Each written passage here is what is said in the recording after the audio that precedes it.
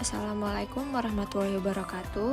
Perkenalkan, saya Kirana Faira Ahmad, NIM B74219043, dan rekan saya Ana Difatul Fajriyah, NIM B94219069.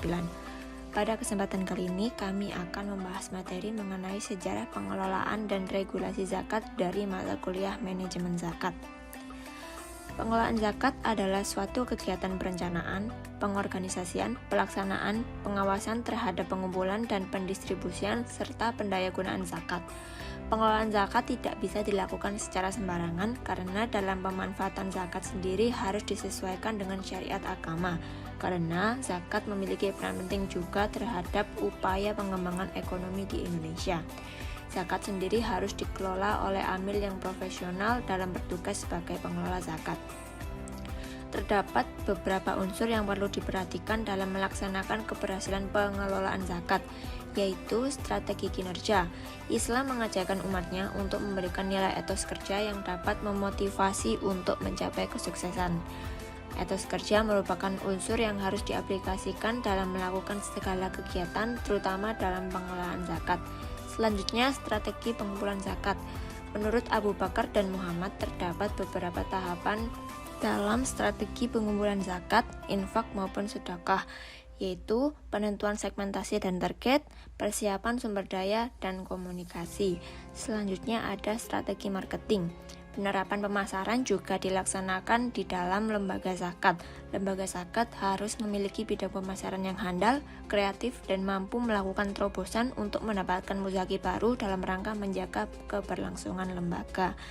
Selanjutnya yaitu mengenai peranan Basnas dan Lasnas. Yang pertama ada Basnas, yaitu Badan Amil Zakat, merupakan organisasi pengelola zakat yang dibentuk oleh pemerintahan, yang terdiri dari unsur masyarakat dan pemerintah yang memiliki tugas mengumpulkan, mendistribusikan, dan pendayagunaan zakat sesuai dengan ketentuan agama. Badan Amil Zakat Nasional adalah organisasi yang dibentuk berdasarkan Keputusan Presiden RI Nomor 8 Tahun 2001 yang memiliki tugas dan fungsi dalam menyalurkan zakat, infak, dan sedekah pada tingkatan nasional. Terdapat 6 aspek dalam mewujudkan kebangkitan zakat nasional, yaitu legalitas, akuntabilitas dan kesesuaian syariah, sistem penyaluran, penghimpunan, dan pengembangan amil. Lalu lembaga amil zakat atau Lasnas, yaitu sebuah lembaga pengelolaan zakat yang dibentuk dan dikelola oleh non-pemerintah. Lembaga amil zakat diakui oleh undang-undang sebagai bentuk partisipasi masyarakat dalam proses pengelolaan zakat, infak, dan sedekah. Dalam pelaksanaan tugasnya, Lasnas mengumpan laporan kepada pemerintah yang sesuai dengan tingkatannya. Peranan yang dilakukan oleh Lasnas tidak terlalu banyak seperti Basnas, namun keduanya sendiri memiliki tugas yang sama namun hanya berbeda di bobotnya. Keberadaan Basnas dan Lasnas memiliki tujuan yang sama, yaitu meningkatkan edukasi masyarakat mengenai betapa pentingnya untuk melakukan zakat guna melakukan ibadah dan juga aspek-aspek yang lainnya. Selanjutnya, pengelolaan zakat secara nasional dikelola oleh Badan Amil Zakat Nasional atau Basnas yang bertempat di ibu kota negara, provinsi, dan kabupaten. Untuk membantu Basnas dalam melaksanakan pengumpulan, pendistribusian, dan pendayagunaan zakat, masyarakat dapat membentuk lembaga amil zakat atau LAS. Ahmad Mustafa Al-Maraghi ketika menafsirkan Al-Baqarah ayat 267 menyatakan ayat ini merupakan perintah Allah kepada orang-orang yang beriman untuk mengeluarkan zakat atau infak dari hasil usaha yang terkait, baik berupa mata uang, barang dagangan, binatang ternak, maupun dari hasil tanam-tanaman dan buah-buahan serta biji-bijian. Berdasarkan beberapa pendapat mengungkapkan bahwa zakat dikeluarkan dari harta kekayaan konkret yang bernilai dalam pandangan manusia. Pada pengembangan ekonomi modern, kekayaan konkret merupakan harta benda yang dirasa berharga dan bernilai. Harta tersebut apabila telah memenuhi syarat dan rukun zakat, maka harus dizakatkan meskipun di luar dari profesi-profesi yang ada pada masa Rasul. Selanjutnya adalah sejarah pengelolaan zakat di Indonesia. Yang pertama, pengelolaan zakat di era pemerintahan kerajaan Islam. Pada fase di bawah pemerintahan kerajaan Islam, digambarkan zakat berkembang seiring dengan perkembangan agama Islam di Indonesia.